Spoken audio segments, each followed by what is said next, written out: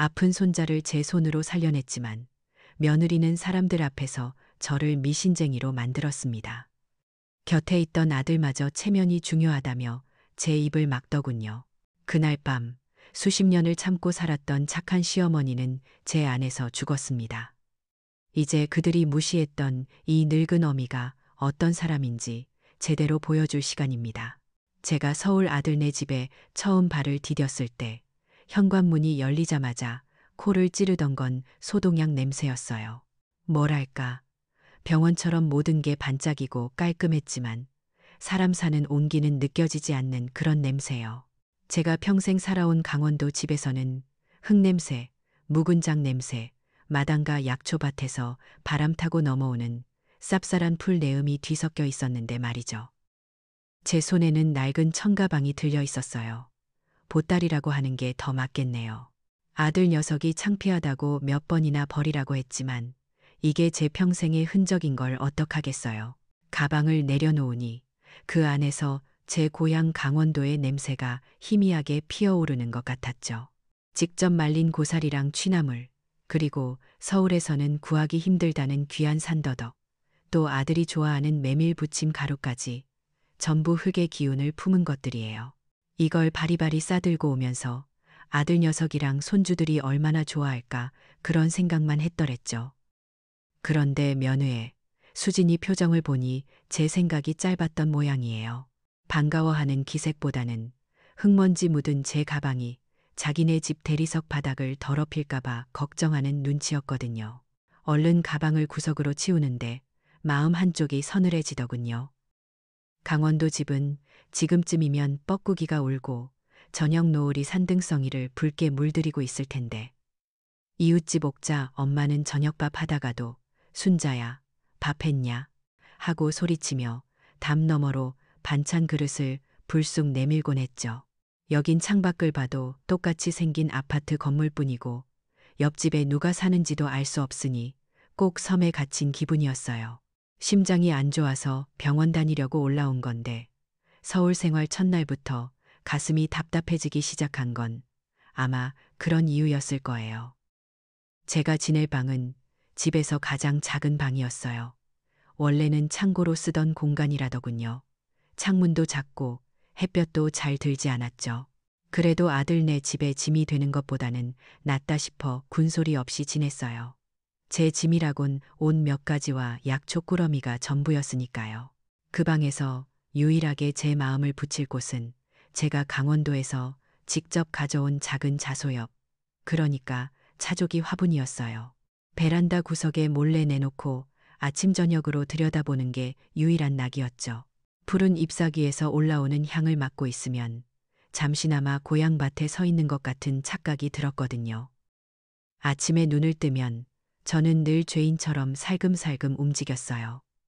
곤히 자는 식구들 깨울까봐 화장실 가는 것도 조심스러웠죠. 부엌에 나가보면 며느리는 벌써 일어나서 스마트폰으로 뭔가를 정신없이 보고 있었어요. 아마 밤새 미국 주식이 오르내리는 걸 확인하는 모양이더라고요. 그러면서 아이들 먹일 유기농 주스랑 시리얼을 꺼내놓죠. 제가 아침밥을 짓겠다고 해도 손사래를 쳐요. 아침은 간단하게 먹어야 두뇌 회전이 잘 된다나요. 저는 그저 식탁 구석에 앉아 식구들이 바쁘게 움직이는 걸 지켜볼 뿐이었어요. 아들 민준이는 늘 피곤에 절어 있었죠. 넥타이를 매면서도 한 손으로는 토스트를 입에 우겨 넣고 그러면서도 며느리 눈치를 살피더군요. 두 사람 사이에는 제가 끼어들 수 없는 팽팽한 긴장감이 항상 흘렀어요. 손녀 하윤이는 올해 7살인데 피아노 학원이다, 영어 유치원이다, 발레 학원이다. 하루가 어떻게 가는지 모를 정도로 바쁘게 살아요. 며느리는 그게 다 하윤이의 미래를 위한 투자라고 했죠. 어머님, 요즘 강남 엄마들은 다 이렇게 해요. 하나라도 뒤처지면 큰일 나요. 그 말을 들을 때면 저는 제가 살던 세상과는 전혀 다른 별나라에 와 있는 기분이었어요.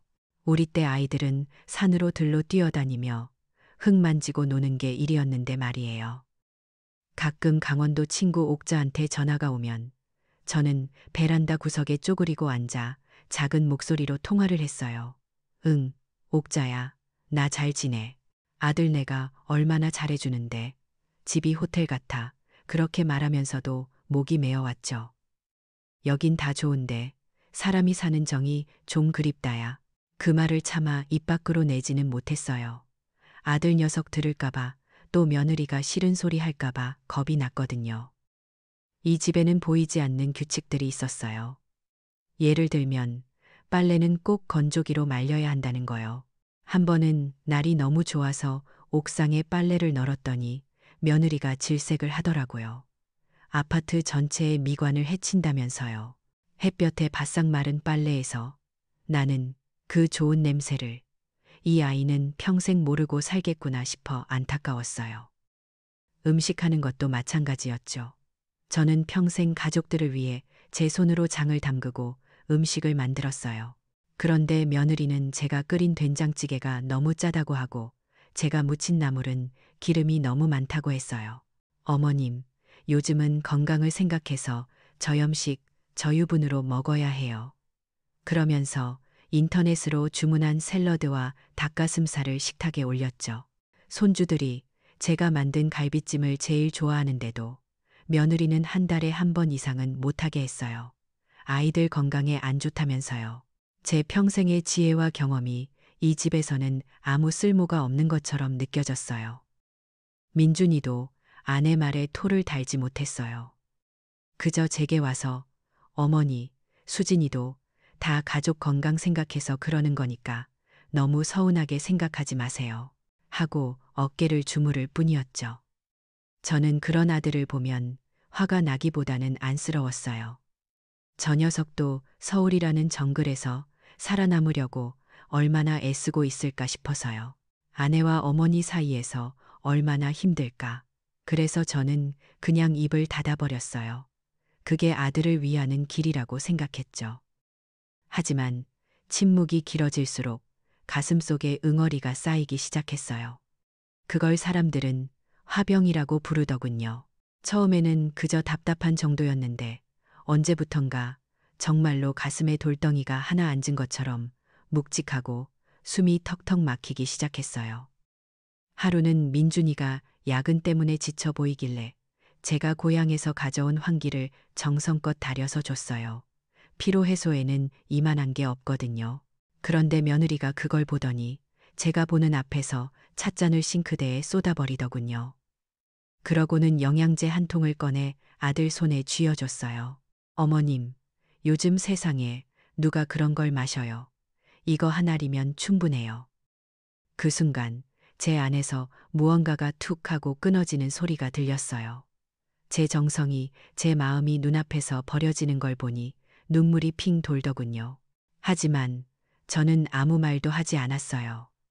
그저 싱크대로 흘러 들어가는 환기차를 멍하니 바라볼 뿐이었죠. 그리고 며칠 전부터는 가슴 통증이 더 심해졌어요. 바늘로 쿡쿡 찌르는 것 같기도 하고 심장을 꽉 움켜쥐는 것 같기도 했죠. 밤에 잠을 설칠 정도였어요. 용기를 내서 며느리에게 병원 예약을 좀 앞당겨 줄 수 있겠냐고 물었어요. 하윤이 피아노 콩쿠르 날짜랑 겹친다면서 원래 예약된 날짜를 멋대로 뒤로 밀어버렸거든요. 제 말을 듣더니 며느리가 피식 웃더군요. 그러면서 스마트폰에서 눈을 떼지도 않고 말했어요. 어머님, 그 나이엔 다들 그래요. 몸이 여기저기 쑤시는 건 당연한 거예요. 너무 예민하게 생각하지 마세요. 예민하다고요. 제 고통을, 제 두려움을 그렇게 한마디로 잘라버리더군요. 그 순간 깨달았어요. 이 집에서 저는 더 이상 어머니가 아니었어요. 그저 나이 들고 시대에 뒤떨어지고 귀찮은 짐일 뿐이었죠. 내 존재 자체가, 내 아픔 자체가 부정당하는 기분이었어요. 그날 밤 저는 작은 창고방에 홀로 누워 밤새도록 가슴을 부여잡았어요. 통증 때문인지 서러움 때문인지 모를 눈물이 뺨을 타고 흘렀죠. 아, 내가 여기서 이렇게 서서히 지워져 가는구나. 아무도 모르게 소리 없이 사라져 가는구나. 고요한 아파트의 밤, 제 울음소리는 어디에도 닿지 못하고 묵직한 침묵 속으로 가라앉고 있었어요. 제 희망도 기대도 그 침묵과 함께 깊은 어둠 속으로 잠기고 있었죠. 그날 밤 저는 울다가 잠이 들었는지 아픔에 지쳐 기절을 했는지 모르겠어요. 칠흑 같은 어둠 속에서 제 작은 방은 거대한 무덤처럼 느껴졌죠. 가슴을 짓누르는 돌덩이는 더 단단해져서 숨을 쉴 때마다 삐걱거리는 소리를 내는 것 같았어요. 이대로 서울 하늘 아래 차가운 아파트의 작은 창고방에서 아무도 모르게 죽어가는 건 아닐까, 그런 끔찍한 생각이 들더군요. 내 평생이, 내 모든 희생과 사랑이 이렇게 허무하게 끝나는구나 싶었어요. 바로 그때였어요. 정적을 깨고 아이의 날카로운 울음소리가 들려온 건 처음에는 잠결에 잘못 들었나 싶었죠. 그런데 곧이어 며느리의 비명과 아들의 다급한 목소리가 뒤섞여 거실을 울렸어요. 여보, 하준이 몸이 불덩이야. 제 몸도 아팠지만 손주가 아프다는 소리에 벌떡 일어나지 않을 할머니가 세상에 어디 있겠어요. 방문을 열고 나가보니 거실은 그야말로 아수라장이었죠. 5살 배기 우리 하준이가 소파 위에서 온몸을 뻣뻣하게 굳힌 채 가늘게 떨고 있었어요. 아이의 눈은 초점을 잃고 허공을 향해 있었고 입술은 파랗게 질려 있었죠. 열성경련, 어른들이 흔히 경기한다고 말하는 바로 그 증상이었어요. 며느리는 하얗게 질린 얼굴로 한 손으로는 119에 전화를 걸면서 다른 한 손으로는 스마트폰으로 미친 듯이 무언가를 검색하고 있었어요. 아기 열경기, 응급처치, 해열제, 중얼거리는 소리가 여기까지 들렸죠.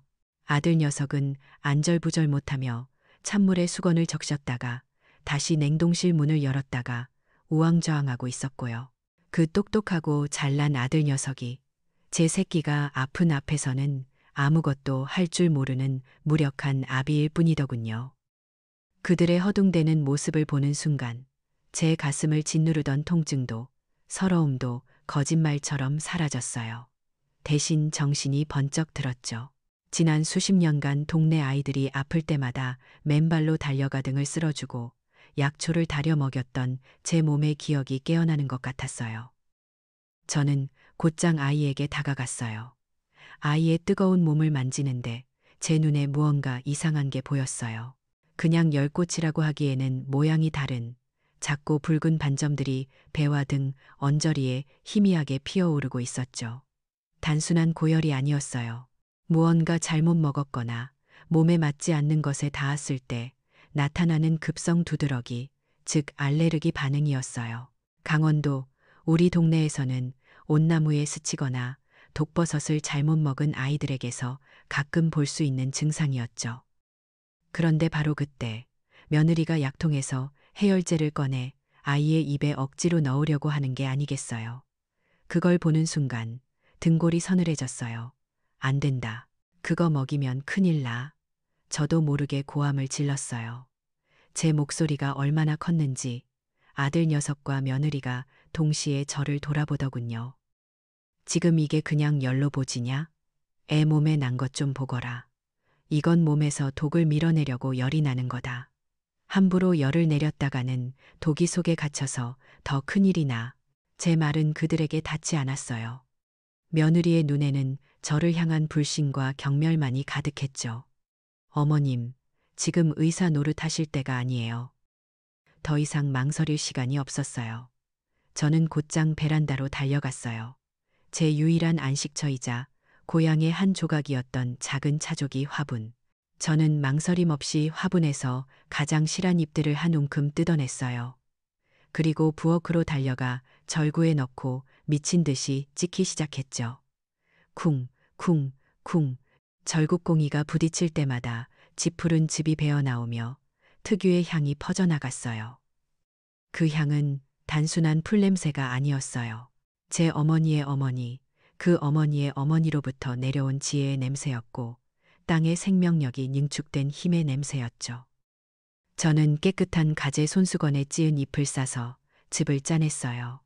그리고 아이의 입을 벌려 조금씩 흘려 넣어 주었죠. 남은 찌꺼기로는 아이의 가슴과 등을 부드럽게 문질렀어요. 제 손길 하나하나에는 수십 년의 경험과 확신이 담겨 있었어요. 이건 미신이 아니에요. 자연에 잊히고 우리 조상들이 몸으로 터득한 생존의 지혜였죠. 몇 분이나 지났을까요? 아이의 몸을 휘감던 경련이 서서히 잦아들기 시작했어요. 가쁘게 몰아쉬던 숨도 조금씩 안정을 되찾았고요. 파랗게 질렸던 입술에도 혈색이 돌기 시작했죠. 바로 그 순간 현관문이 열리며 119 구급대원들이 들이닥쳤어요. 그런데 제 평생 잊지 못할 일이 바로 그 다음에 일어났어요. 아이가 괜찮아진 것을 본 며느리가 안도의 한숨을 내쉬기는커녕 제게로 돌아서서 온몸을 부들부들 떨며 소리치기 시작한 거예요. 구급대원들과 아파트 이웃들이 복도에서 다 지켜보는 앞에서요. 어머님이 지금 무슨 짓을 하신 거예요? 애를 잡으려고 작정하셨어요? 이 미신 같은 걸, 이 더러운 풀떼기를 감히 애한테 먹이다니요. 하준이한테 무슨 일이라도 생기면 어머님이 책임지실 거예요? 그 말은 날카로운 비수가 되어 제 심장에 그대로 꽂혔어요. 미신 같은 것, 더러운 풀떼기, 제 지혜와 사랑을, 제 모든 것을 그렇게 모욕하더군요. 저는 아무 말도 할 수 없었어요. 그저 제 손에 묻은 푸른 약초물과 그런 저를 경멸하듯 쳐다보는 며느리의 얼굴을 번갈아 볼 뿐이었죠. 더 비참했던 건 아들 녀석의 반응이었어요. 제 아들은 제 편을 들어주지 않았어요. 그저 제 팔을 잡아 끌며 창피하다는 듯 작은 목소리로 속삭였죠. 어머니, 제발 그만하세요. 사람들이 보잖아요. 사람들이 본다고요. 제 어미가 억울하게 매도당하는 것보다 남들의 시선이 더 중요했던 거예요. 제 아들은. 그 순간 제 안에서 무언가가 완전히 부서져 내렸어요. 그리고 그 자리에는 더 이상 눈물도 슬픔도 서러움도 남지 않았죠. 대신 차갑고 단단한 무언가가 들어서는 것을 느꼈어요. 수십 년간 저를 지탱해왔던 어머니라는 이름의 둑이 무너지고 그 아래에 갇혀있던 또 다른 내가 깨어나는 기분이었어요. 병원 응급실로 가는 내내 저는 한마디도 하지 않았어요. 아들 내외는 의사에게 아이의 증상을 설명하느라 정신이 없었죠. 그들은 제 존재를 완전히 잊은 것 같았어요. 저는 차가운 플라스틱 의자에 홀로 앉아 응급실의 소독약 냄새와 사람들의 분주한 발걸음 소리를 들으며 생각했어요. 그래, 이제 끝이다. 어머니로서의 내 역할은, 내 모든 인내와 희생은 오늘 밤으로 끝이다. 의사가 아이를 진찰하고 난 뒤 잠시 후 저를 불렀어요. 며느리는 제가 또 무슨 헛소리를 할까봐 불안한 눈빛으로 쳐다보더군요. 하지만 의사의 말은 전혀 예상 밖이었어요. 할머님께서 응급처치를 아주 잘하셨네요. 아이가 심한 알레르기성 쇼크 상태였는데 차족이 즙이 히스타민 반응을 늦춰줘서 병원으로 오는 동안 버틸 수 있었습니다. 정말 큰일 날 뻔했어요. 그 말을 듣는 며느리와 아들의 얼굴이 하얗게 굳어지는 것을 저는 무표정하게 바라보았어요. 하지만 제 마음속에서는 그 어떤 기쁨도 통쾌함도 느껴지지 않았어요. 이미 엎질러진 물이었고 깨져버린 그릇이었으니까요. 저는 그저 제 안에서 막 깨어난 차갑고 단단한 그것이 앞으로 무엇을 해야 할지 조용히 생각하기 시작했을 뿐이에요. 이제 모든 것이 달라질 거라고, 밤의 폭풍이 휩쓸고 간 자리에 새로운 새벽이 올 것이라고. 하지만 그 새벽은 결코 예전처럼 따뜻하지는 않을 거라고요. 병원 복도의 차가운 공기가 폐부 깊숙이 스며드는 것 같았어요. 아들 내외는 의사에게 연신 고개를 숙이며 감사하다고, 죄송하다고, 어쩔 줄을 몰라 했죠. 그들의 세상에서는 하얀 가운을 입은 의사가 신이고 법이었으니까요. 정작 아이를 살린 건 나인데도 저는 투명인간처럼 그들 뒤에 서 있었어요. 하지만 이상하게도 더 이상 서럽거나 외롭지 않았어요. 지난밤의 폭풍이 제 안의 모든 감정을 휩쓸어 가버린 자리에 낯선 평온함과 서늘한 명료함만이 남아 있었거든요. 그때였어요. 아이의 상태를 마지막으로 살피고 나온 의사가 아들 내외를 지나쳐 제게로 다가온 것은 희끗희끗한 머리에 지적인 인상을 가진 아마도 과장쯤 되어 보이는 분이었죠. 그는 제 앞에 서서 허리를 살짝 숙이며 제 손을 잡았어요. 할머님, 존경스럽습니다. 그 한마디에 며느리와 아들의 얼굴이 새하얗게 질리는 것이 보였어요. 의사는 제 손에 묻은 푸른 약초 물을 보며 말을 이었죠. 제가 잠시 아이의 혈액 검사 기록을 봤는데 특정 식품에 대한 급성 아나필락시스 쇼크가 맞았습니다. 할머님께서 쓰신 차조기, 즉 자소엽은 저희 의학에서도 항히스타민 효과가 입증된 약제입니다. 알레르기 반응을 억제하는데 아주 효과적이죠. 병원으로 오는 그 짧은 시간 동안 할머님의 민간요법이 아이의 기도를 확보하고 최악의 상황을 막아준 겁니다. 그는 제게 물었어요. 어떻게 그걸 아셨냐고. 저는 담담하게 대답했죠. 어릴 적부터 몸으로 배운 거라고. 강원도 깊은 산골에서는 병원보다 산의 핀풀 한 포기가 더 빠른 의원이었다고. 우리는 잠시 약초에 대한 이야기를 나눴어요. 그는 제 이야기에 진심으로 귀를 기울여 주었고 현대의학이 전통 지혜와 어떻게 협력할 수 있을지에 대해 이야기했죠. 그건 단순한 칭찬이 아니었어요. 제 지식과 경험에 대한, 제 삶 전체에 대한 존중이었어요. 그 대화를 듣고 있는 아들 내외의 표정은 그야말로 가관이었죠.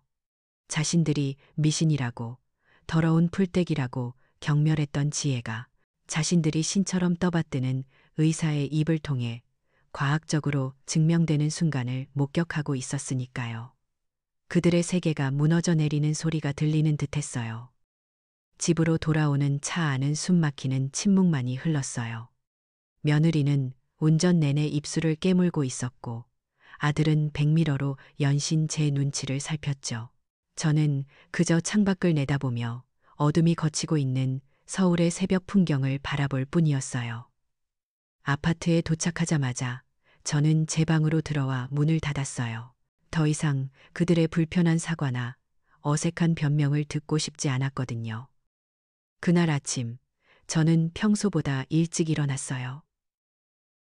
그리고 제 평생 처음으로 아들 내외를 위해 아침을 차리지 않았죠. 대신 조용히 앉아 제 낡은 수첩을 꺼내 들었어요. 그리고 그 마지막 페이지에는 돌아가신 우리 영감이 늘 입버릇처럼 말하던 땅 주소가 적혀 있었어요. 순자야, 다른 건 다 팔아도 이 땅은 절대 팔면 안 된다. 이건 그냥 땅이 아니라 우리 집안의 뿌리야. 저는 조용히 전화기를 들었어요. 그리고 수첩에 적힌 번호를 눌렀죠. 강원도 고향 마을에서 평생을 함께한 죽은 남편의 중마고우이자 지금은 이장 일을 보고 있는 김서방에게 거는 전화였어요. 여보세요. 김서방인가? 나일세, 순자. 수화기 너머로 반가운 목소리가 들려왔어요. 제 목소리는 놀랍도록 차분하고 힘이 있었죠. 예전처럼 안부를 묻거나 넋두리를 늘어놓지 않았어요. 다름이 아니라 우리 영감 이름으로 되어 있는 그 개울가 옆 맹지 말일세.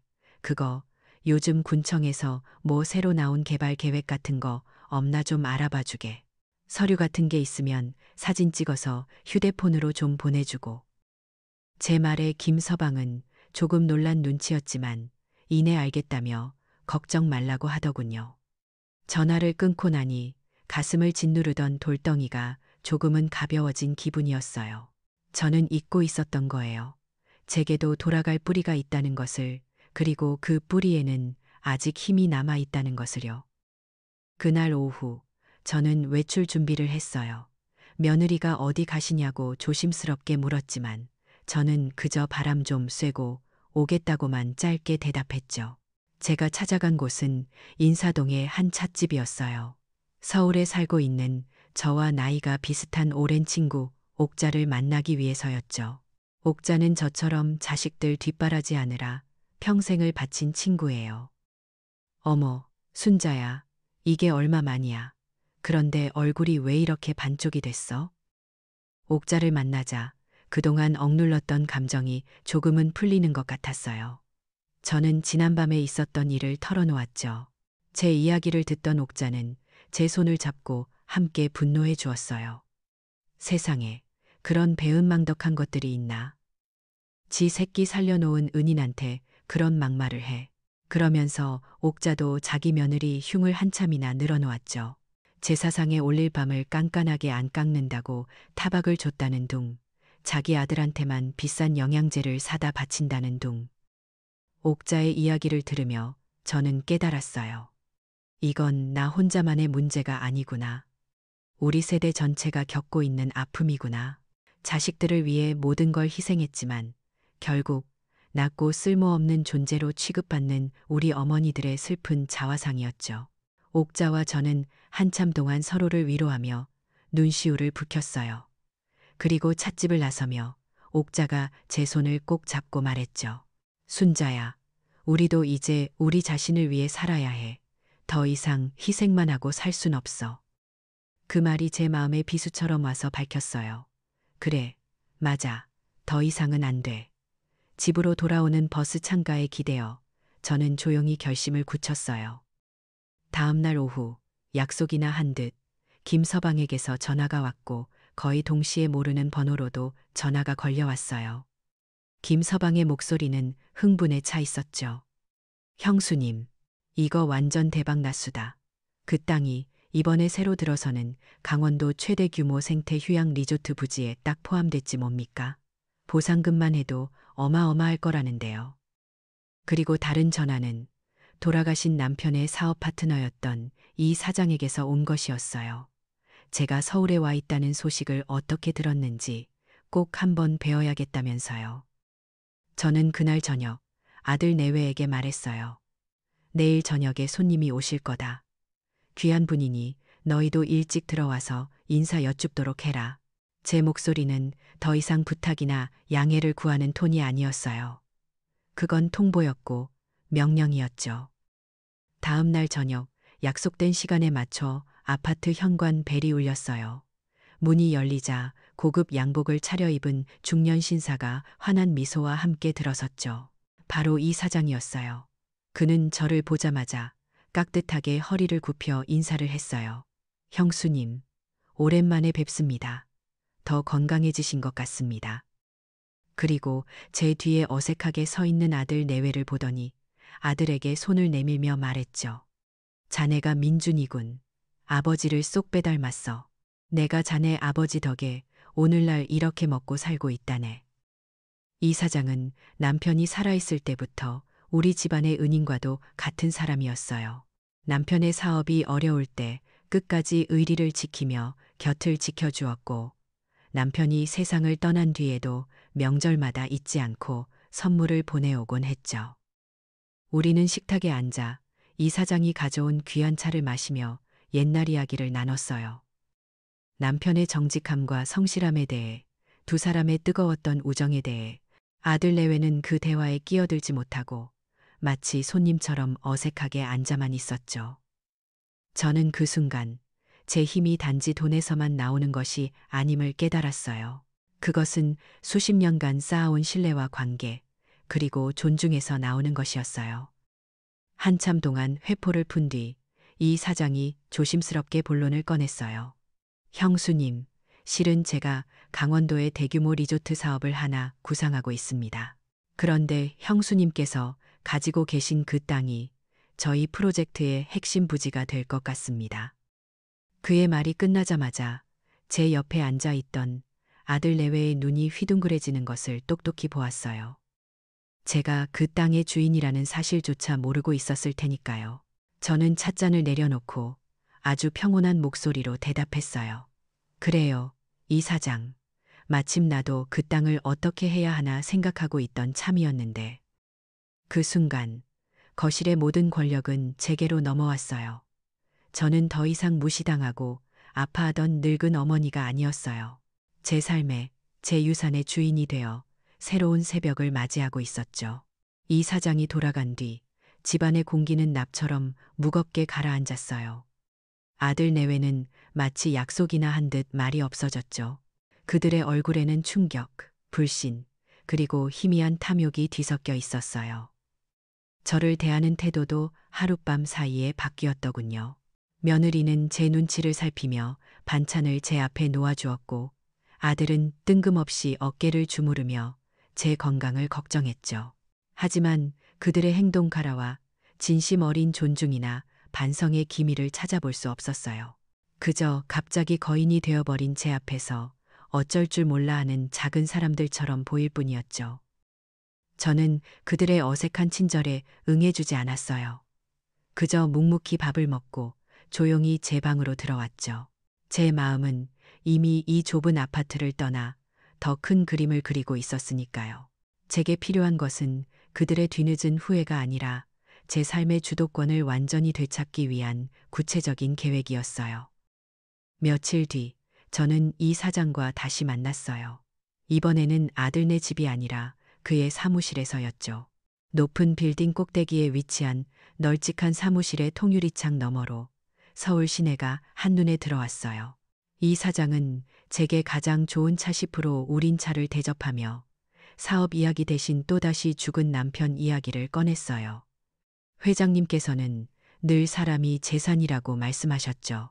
눈앞의 이익보다 사람 사이의 의리를 더 중요하게 생각하셨고요. 요즘 세상에는 형수님이나 회장님 같은 어른들이 점점 사라지는 것 같아 안타깝습니다. 그의 말에 가슴이 뭉클해졌어요. 그는 단순히 제 땅을 사려는 사업가가 아니었어요. 제 남편과 제가 평생 지켜온 가치와 철학을 이해하고 존중하는 동지였죠. 그는 제게 변호사와 재무 상담사를 소개해 주겠다고 했어요. 실력도 최고지만 무엇보다 어른을 공경할 줄 아는 사람들이라면서요.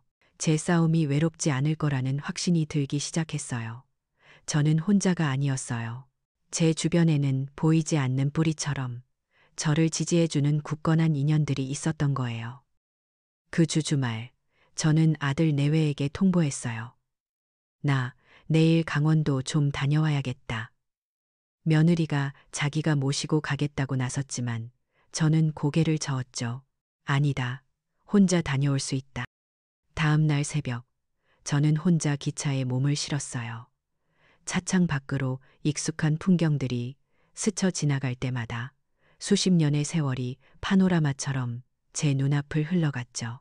남편과 함께 땀 흘려 밭을 갈던 젊은 시절, 민준이를 낳고 기뻐하던 순간들, 그 모든 기억이 깃든 땅. 저는 그 땅을 제 삶의 뿌리를 되찾으러 가는 길이었어요. 고향역에 내리자 김서방이 마중을 나와 있었어요. 우리는 곧장 마을회관으로 향했죠.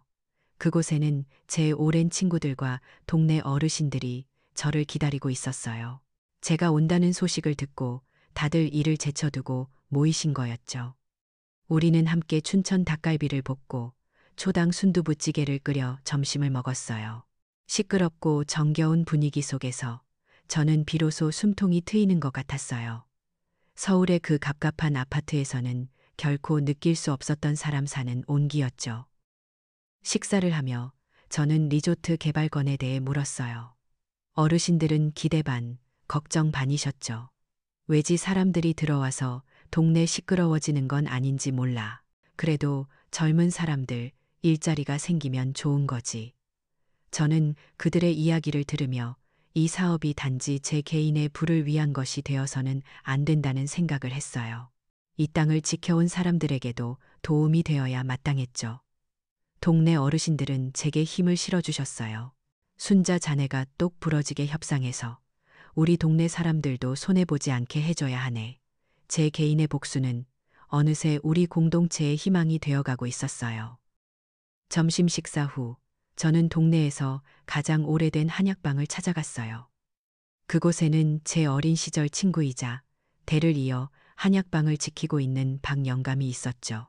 저는 그에게 하준이의 이야기를 들려주었어요. 제 말을 듣던 박 영감은 고개를 끄덕이며 낡은 의학 서적 한 권을 꺼내 보여주었어요. 책에는 자소엽의 효능에 대해 자세히 적혀 있었죠. 이 복에 자네가 쓴 방법이 바로 여기 그대로 나와 있네. 자소엽은 성질이 따뜻해서 속을 덮이고 풍한, 푸간을 흩어내며 특히 물고기나 개의 독을 푸는데 탁월한 효능이 있다고 쓰여 있어. 아이의 증상은 급성 알레르기, 즉 우리식으로는 식독 슈도에 해당하지. 자네의 판단이 정확했던 게야. 박 영감은 제게 강원도에서만 자생하는 귀한 약초들에 대해서도 한참이나 설명해 주었어요. 그의 설명을 들으며 제 어깨 너머로 배운 지식들이 체계적으로 정리되는 기분이었어요. 현대 의사의 인정도 고마웠지만 제 뿌리와 같은 전통 지식의 세계 안에서 다시 한번 제 능력을 확인받는 것은 제게 더 큰 자신감을 주었죠. 저는 그저 운이 좋았던 게 아니었어요. 저는 제 삶의 경험과 조상들의 지혜를 몸에 지니고 있었던 거예요. 서울로 돌아온 저는 이 사장이 소개해준 변호사를 만났어요. 저는 그에게 제 상황을 모두 설명했어요. 아들 내외의 일부터 땅 문제, 그리고 앞으로 제가 하고 싶은 일들까지. 변호사는 제 이야기를 다 듣고 난 뒤 몇 가지 제안을 했어요. 그건 단순히 땅을 비싸게 파는 것에 대한 이야기가 아니었죠. 어머님, 이 재산을 그냥 자제분에게 물려주시는 것보다 신탁을 설정하시는 게 어떻겠습니까? 재산을 안전하게 관리하면서도 어머님의 뜻에 따라 자녀들과 손주들의 생활비나 학자금을 지원해 줄 수 있습니다. 모든 결정권은 어머님께 있고요. 그는 심지어 가족재단을 설립하는 것에 대해서도 이야기했어요. 어머님의 철학을 담아 재단을 만드시면 어머님께서 돌아가신 후에도 그 유산을 통해 계속해서 좋은 일을 하실 수 있습니다. 예를 들어 강원도의 전통 약초를 연구하고 보존하는 사업 같은 것들이죠. 변호사의 말을 들으며 제 머릿속이 환해지는 것 같았어요. 복수는 그저 돈의 힘을 보여주는 것이 아니었어요. 진정한 복수는 그 힘을 이용해 누구도 무너뜨릴 수 없는 나만의 질서와 유산을 만드는 것이었죠. 저는 변호사가 보내준 신탁 계약서와 재단 설립 계획안을 제 태블릿 PC로 내려받아 밤늦게까지 읽고 또 읽었어요. 처음에는 낯설기만 하던 법률 용어들이 이제는 제 미래를 지켜줄 든든한 갑옷처럼 느껴졌어요. 기술이란 것도 어떻게 쓰느냐에 따라 흉기가 되기도 하고 방패가 되기도 하는 것이더군요. 이제 모든 준비는 끝났어요. 제 손에는 돈과 사람과 지식과 그리고 미래를 설계할 계획이 들려 있었죠. 저는 더 이상 바람에 흔들리는 가지가 아니에요. 수십 년간 땅속 깊이 뿌리를 내리고 비바람을 견뎌온 뿌리 깊은 나무였죠. 이제 곧 제가 일으킬 폭풍 앞에서 모두가 무릎 꿇게 될 거예요. 심판의 날, 저는 이상하리만치 평온했어요. 아침 일찍 일어나 정갈하게 목욕을 하고 가장 아끼던 옥색 저고리를 꺼내 입었죠. 그날 저녁, 저는 제 평생의 실력을 다해 저녁상을 차렸어요. 아들이 좋아하는 갈비찜, 며느리가 임신했을 때 유일하게 먹었던 들깨 수제비, 그리고 손주들이 좋아하는 찹쌀 볶음이까지. 마치 아무 일도 없었다는 듯 평범하고 따뜻한 어머니의 저녁상이었죠. 하지만 그 음식 하나하나에는 제 마지막 인내와 작별의 의미가 담겨 있었어요. 저녁 식사, 시간 내내 식탁에는 무거운 침묵이 흘렀어요. 아들 내외는 제 눈치를 보며 억지로 음식을 입에 넣었죠.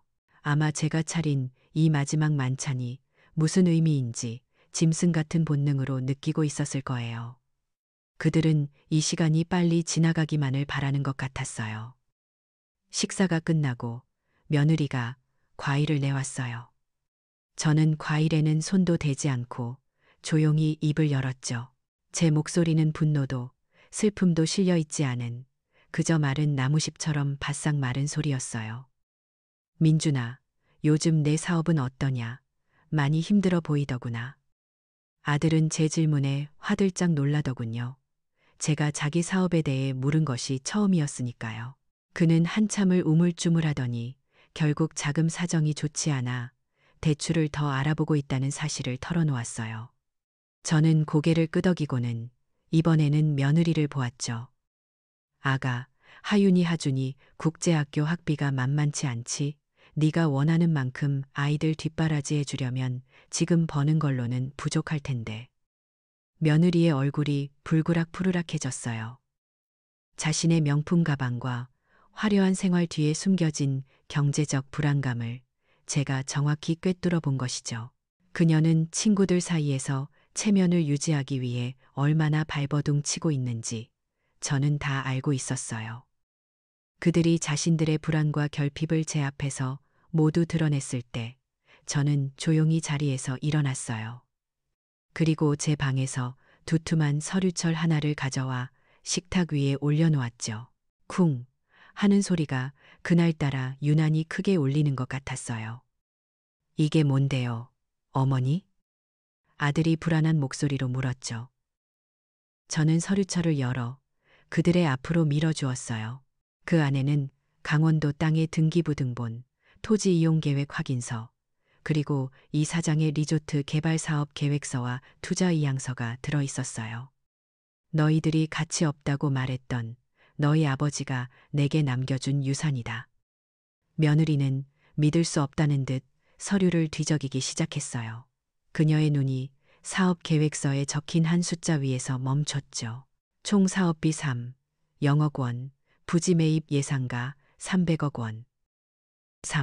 300억이요? 며느리의 목소리가 염소처럼 떨려 나왔어요. 아들 녀석은 제 얼굴과 서류를 번갈아 보며 마치 꿈을 꾸는 사람 같은 표정이었죠. 그들의 눈빛이 어떻게 변하는지 저는 아주 자세히 지켜보았어요. 처음에는 불신, 다음에는 경악, 그리고 아주 잠깐 탐욕스러운 빛이 스쳐 지나갔죠. 하지만 그 빛은 이내 공포와 절망으로 바뀌었어요. 자신들이 그동안 저에게 어떤 짓을 저질렀는지, 그 어리석음의 대가가 얼마나 엄청난 것인지 깨닫기 시작한 거예요. 저는 그들이 정신을 차릴 때까지 기다려주지 않았어요. 곧바로 제 결정들을 통보하기 시작했죠. 나는 더 이상 이 집에 머물지 않을 거다. 이미 옆동에 있는 펜트하우스를 계약해 두었다. 제 말에 두 사람의 어깨가 움찔하는 것이 보였어요. 그리고 내 병원 치료는 이제부터 내가 알아서 하마. 너희가 그토록 귀찮아하던 늙은 어미의 병원 수발, 이제 더는 들지 않아도 된다는 뜻이다. 마지막으로 저는 그들의 눈을 똑바로 쳐다보며 말했어요. 제 목소리는 얼음장처럼 차가웠죠. 이 땅은 그냥 돈이 아니야.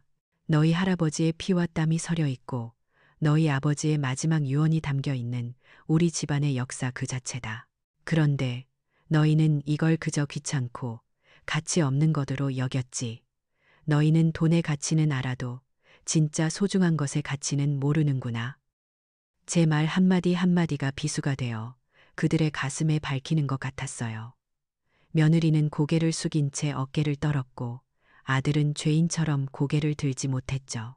그들의 체면, 그들이 그토록 중요하게 생각했던 사회적 지위와 자존심이 산산조각 나는 순간이었어요. 하지만 제 심판은 아직 끝나지 않았어요. 저는 태블릿 PC를 꺼내 거실 벽에 빔 프로젝터로 화면을 띄웠어요. 화면에는 리조트의 화려한 3D 조감도가 나타났죠. 저는 조감도를 확대해 리조트의 가장 아름다운 호숫가에 자리 잡은 단아한 한옥 건물을 가리켰어요.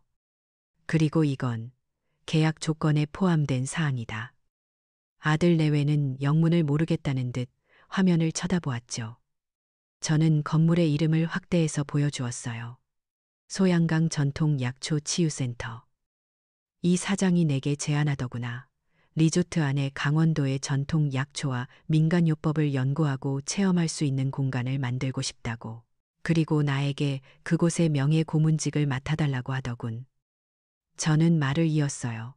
나는 이 센터를 통해 너희들이 미신이라고 무시했던 우리 조상들의 지혜가 얼마나 위대한 것인지 세상에 알릴 생각이다.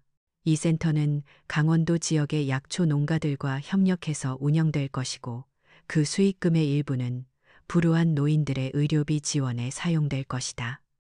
그 순간 아들 내외의 얼굴에서 모든 표정이 사라졌어요. 그들은 망치로 머리를 한 대 맞은 사람들처럼 넋이 나가 있었죠.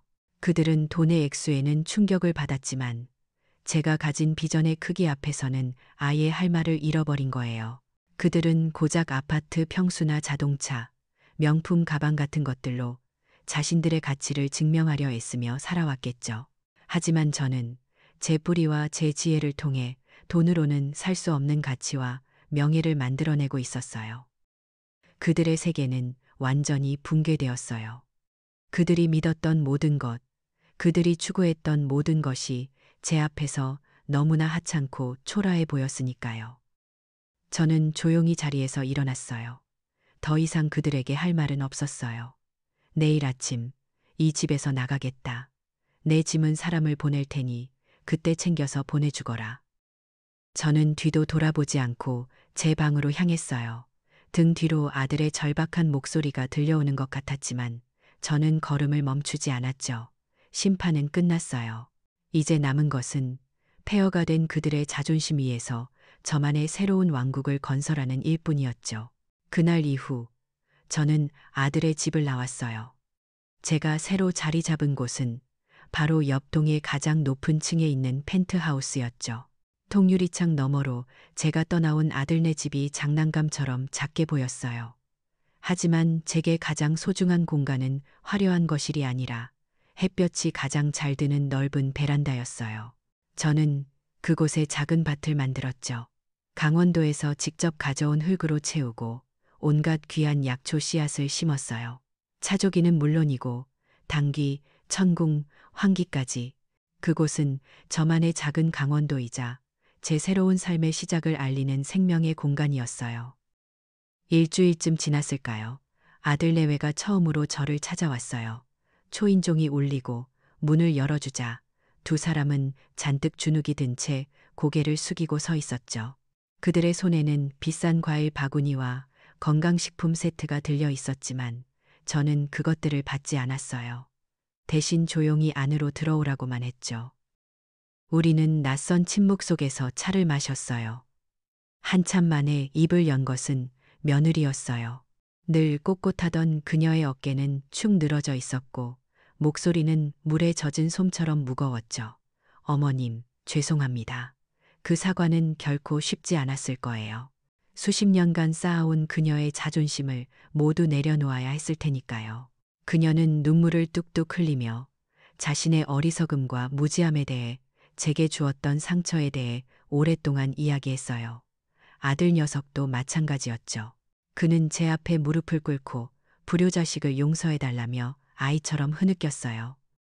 저는 그들의 사과를 묵묵히 들었어요. 제 마음속에 남아있던 마지막 분노와 서러움이 그들의 눈물에 씻겨나가는 것을 느꼈죠. 하지만 저는 쉽사리 용서한다는 말을 하지는 않았어요. 대신 준비해 두었던 서류들을 테이블 위에 올려놓았죠. 일어나거라. 용서는 말로 하는 것이 아니라 앞으로 너희가 어떻게 사느냐에 달려있는 것이다.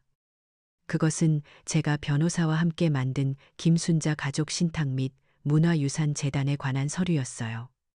저는 두 사람에게 재단의 운영 방식을 차근차근 설명해 주었죠. 제 모든 재산은 이 재단을 통해 관리될 것이며 재단은 몇 가지 원칙에 따라 운영될 거라고요.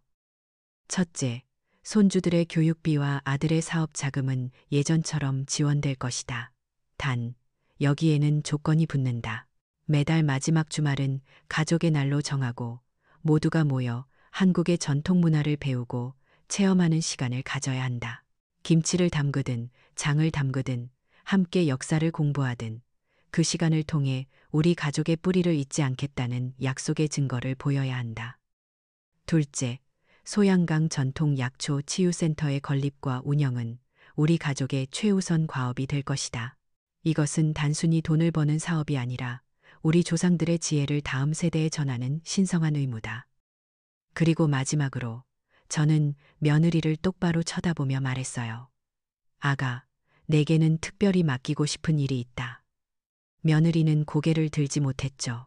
저는 그녀의 날카로운 지성과 추진력을 알고 있었어요.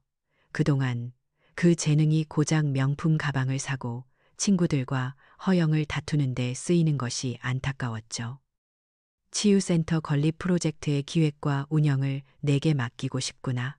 너의 현대적인 경영 감각과 나의 전통적인 지혜가 합쳐진다면 분명 세상에 없는 멋진 공간을 만들 수 있을 게다. 며느리는 믿을 수 없다는 듯 저를 쳐다봤어요. 그녀의 눈에는 놀라움과 함께 아주 오랜만에 보는 생기가 돌았죠. 저는 그녀를 벌하려는 게 아니었어요. 그녀에게 새로운 기회와 더 큰 목적을 주고 싶었던 거예요. 진정한 화해는 과거를 묻어두는 것이 아니라 함께 더 나은 미래를 만들어가는 것이라고 믿었으니까요. 그 후 우리 가족에게는 놀라운 변화가 찾아왔어요.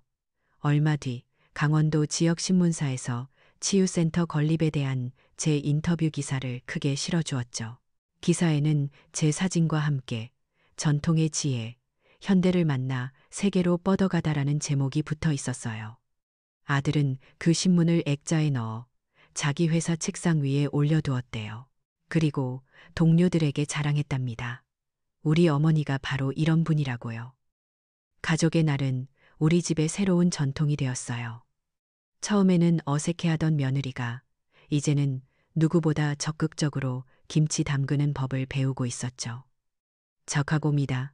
저는 그녀에게 배추를 절이는 소금물의 농도뿐만 아니라 그 안에 담긴 기다림의 철학을 가르쳐 주었어요.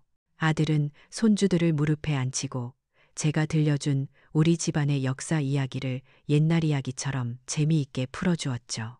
아이들은 할머니의 이야기에 푹 빠져 스마트폰 게임 따위는 까맣게 잊어버렸어요. 며느리와 저는 함께 태블릿 PC를 보며 치유센터의 설계 도면을 수정하곤 했어요. 그녀의 날카로운 아이디어와 제 경험이 어우러져 우리의 꿈은 하루가 다르게 구체적인 모습을 갖추어 갔죠. 그리고 마침내 첫 삽을 뜨는 날이 되었어요. 우리 가족은 모두 함께 강원도 그 땅을 다시 찾았죠. 포클레인이 흙을 퍼올리는 모습을 보며 제 마음은 감회에 젖었어요. 하지만 제 시선은 공사 현장이 아니라 그 옆에 너른 들판에서 뛰노는 손주들에게 향해 있었어요. 아이들은 민들레 홀씨를 불며 토끼풀로 반지를 만들며 해맑게 웃고 있었죠. 저는 제 옆에 서 있는 아들과 며느리의 손을 꼭 잡았어요. 보거라. 저 아이들의 웃음소리가 바로 우리가 지켜야 할 진짜 유산이다.